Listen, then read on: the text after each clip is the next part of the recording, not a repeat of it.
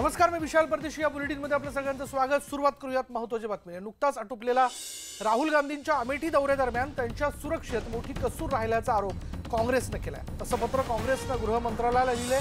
अमेठीत राहुल जेव्हा पत्रकारांशी बोलत होते तेव्हा त्यांच्या कपाळावर 7 वेळा लेझर सदृश्य प्रकाश दिसला. कुणीतरी स्नायपर बंदुकीनं राहुल यांच्यावर निशाणा साधल्याची शक्यता नाकारता येत नाही, असं काँग्रेसनं पत्रात म्हटलं. अहमद पटेल, जयराम रमेश आणि रणदीप सुरजेवाला या 3 नेत्यांच्या सह्या या पत्रावर आहेत. अधिक माहिती जाणून घेऊयात. आमचे प्रतिनिधी प्रशांत लीला रामदास आपल्या बरोबर आहेत. प्रशांत, काँग्रेसच्या नेत्यांकडनं जो दावा करण्यात आलेला आहे या पत्राद्वारे, कितपत तथ्य यामध्ये?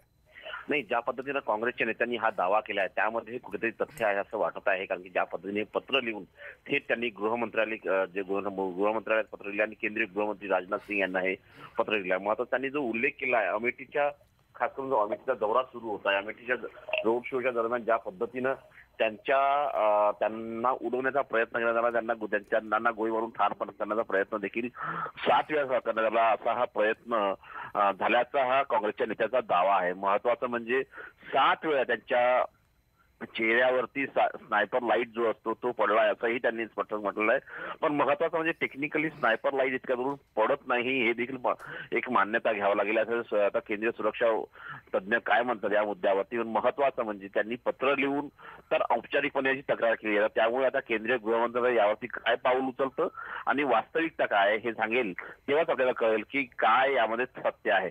पण सध्या तरी काँग्रेसने याची तक्रार केली आहे हे मतच आहे.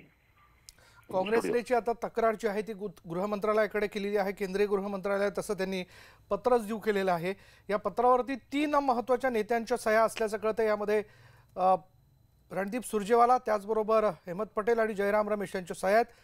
या दृश्यांमध्ये आपण वारंवार पाहू शकतो की 1 नाही, 2 नाही तर 7 वेळा एक लेझर सदृश्य प्रकाश जो आहे तो राहुल गांधींच्या कपाळावर आल्याचं दिसून येतोय आणि कुणीतरी स्नायपर बंदुकीनं राहुल यांच्यावर निशाणा साधल्याची शक्यता नाकारता येत नाही असं आता यानंतर म्हटलं जात आहे.